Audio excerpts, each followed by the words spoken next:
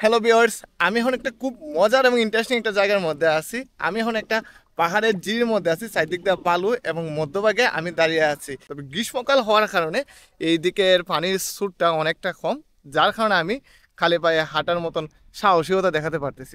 এই জিরিগুলো সাধারণত পাহাড়ের উপর থেকেই নেমে আসে। আপনি যদি সোনারগড়ের আশেপাশে আসেন তাহলে এই ধরনের বালুময় কিছু জিরি দেখতে পাবেন। দেখেন চারদিক দিয়ে বাগান, আর ওই দিকটা দিয়া তাদের বাড়ি আছে।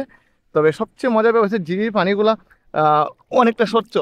যদি একটু গরম লাগতেছে তবে এই পানিগুলাই এইদিকে যারা থাকে তারা এই পানিগুলাই খাইতেছে, এবং বাকি যারা আছে এটা স্নান গোসল এই পানি দিয়ে তারা করে নিচ্ছে। আমরা যারা শহরে থাকি তারা চেষ্টা করবো জীবন উপভোগ করার জন্য, হলো এমন একটা অভিজ্ঞতা নেওয়ার জন্য, হলো পাহাড়ের মধ্যভাগে এই বালুর উপর দিয়ে হাঁটার। যদিও অনেকটা রিক্সি, বালুগুলা নিচ থেকে চলে যাচ্ছে, তবে মোটামুটি গ্রীষ্মকাল হওয়ার কারণে আপনি এই ঝুঁকিটা নিতে পারেন। বর্ষাকাল হলে রেকমেন্ড করবো না যেন আপনি এই দিকটাতে আসেন।